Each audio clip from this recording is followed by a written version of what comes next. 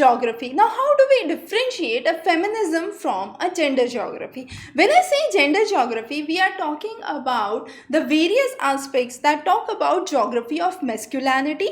However, gender geography, in contrast to feminist geography, is very, very different. Under feminist geography, what we focus on is inequalities towards women and remove any disadvantages that are there for women.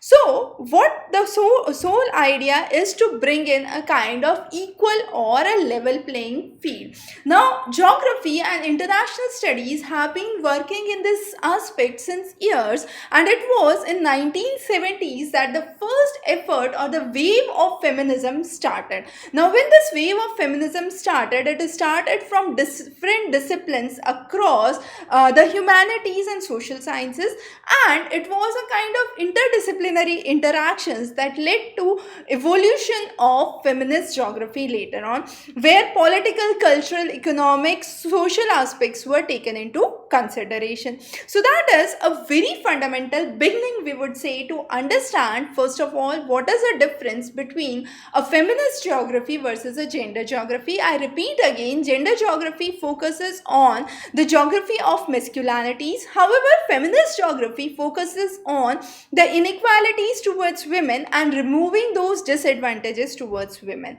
So what we need to understand is what are the assumptions that lie behind feminist geography. The first assumption is gender oppresses women.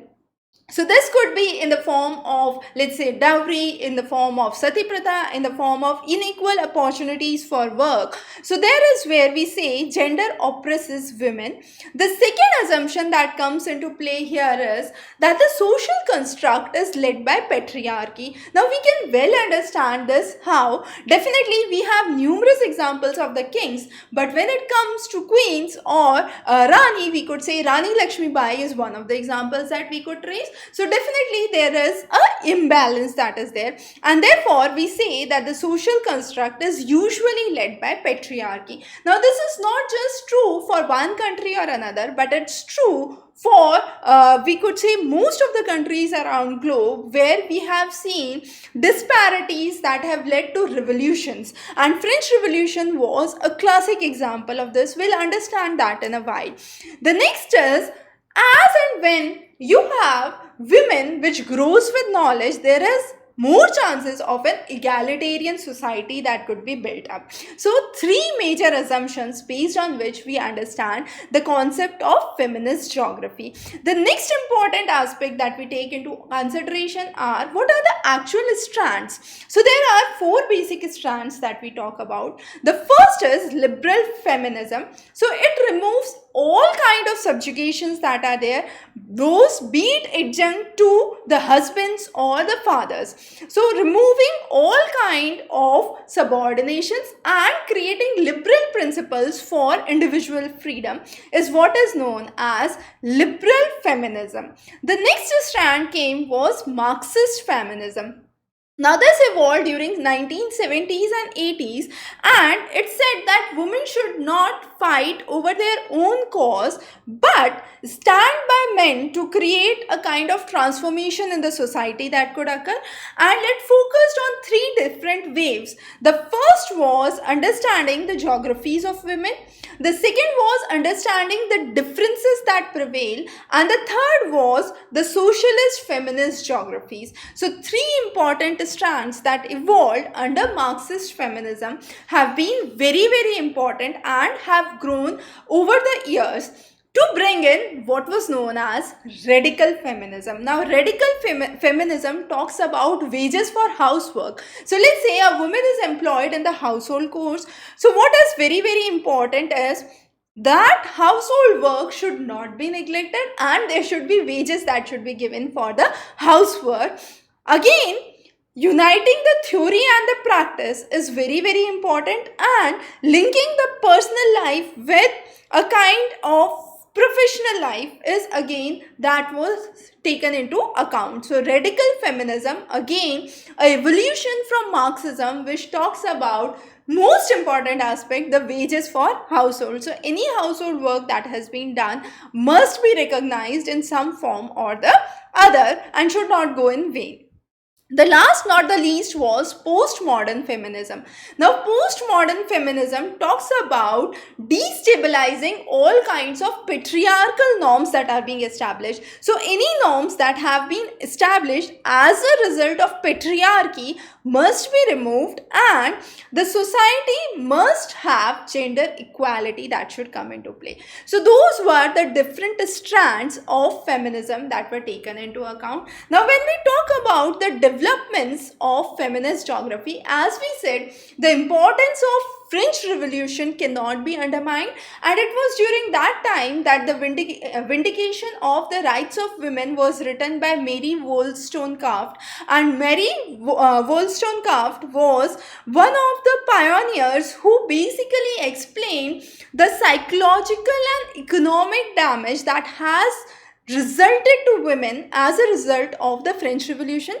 French Revolution basically focused on forced dependence of women over men and also exclusion of women from the public sphere. So as you can see in this image, there are very few females that could be traced out, and it was predominantly a male society which was seen in a public sphere.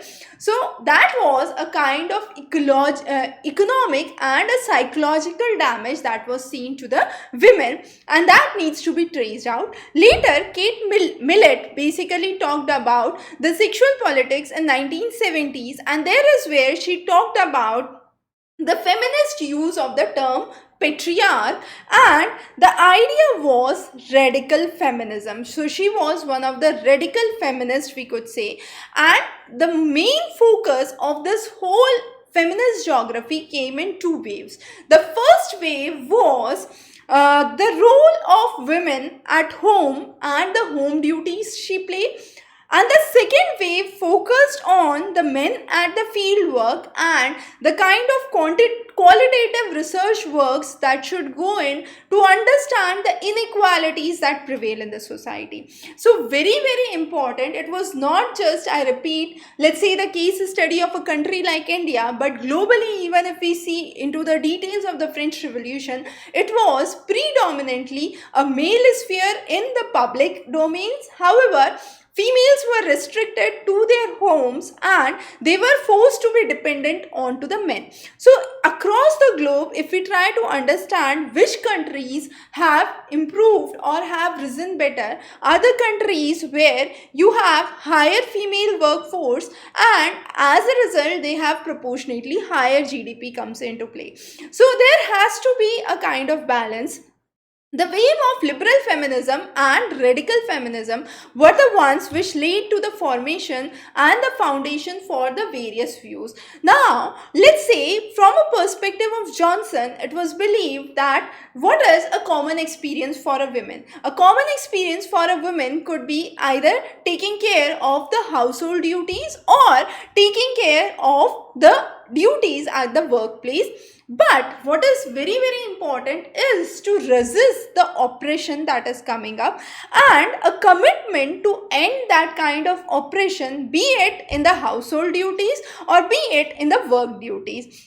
And that was a very fundamental aspect that was taken into account. The next view was really interesting, and that was the view given by Gillian Rose. Now, Gillian Rose was a British geographer who wrote Feminism and Geography. The main idea was the women's underrepresentation in most of the departments of geography across the world is one of the serious repercussions that have been seen in the geographical knowledge, and as a result, most of the geography that has been explained is what is from a perspective of a masculine society. And there is where we need to understand what actually divides. So Gillian Rose brought a very interesting concept that it should not be geography of gender, but it is basically gender of geography that has come into play. So that is a very interesting concept that she laid down, and she focused on the study on three aspects. That could be the study of the places from a perspective of a humanist geography, the study of individual spaces from economic and social geography, and the study of landscapes from the perspective of a cultural geography. So let's talk about this image. So who decides whether this should be the scenario or this should be the scenario. So definitely what we are trying to understand is we are trying to focus on a situation where patriarchy governs it, and that was one of the underlying assumptions that we have understood in the very beginning of the feminist geography. So what is important is to understand that we are nurturing ideas, creating a place free of conflicts, and this is how we understand it with a simple example of meadows. So feminism is basically considered as a richer meadow with few clumps of weeds that could be seen here and there. Now why do we say this? We are saying this because we are trying to shift our focus from not focusing on or insisting on men or boys allowing us to play in a space, but creating a new space for ourselves where we could flourish like this meadow. And that is what comes in the thinking. So differences in the thinking, diversity in the thinking, creating a thoughts free of conflicts, and geography free of inequalities is a basic essential aspect where we focus on geography of work, geography of spatial patterns, and geography of mobility. So all of those needs to be understood in this dimension. There have been numerous works that have been done in the field of feminist geography, and a subset of this feminist geography is ecofeminism, which we would understand in the next lecture. But the sole idea of this section is to understand how the inequalities prevail and how to remove the disadvantages that women have, especially when we talk about geography. When I say spatially, it means the distribution over the space between the various nations, between region to region, and how specific region, let's say urban areas where you have more female workforce involved, more proportion of night duties that are involved, or call center jobs that are involved, how this geography changes from region to region is again very important aspect. So we'll go into the details of these as we proceed with more specialized topics under each of the branches. For now, we would be closing it and we would be covering ecofeminism in a separate session. Have a wonderful day ahead.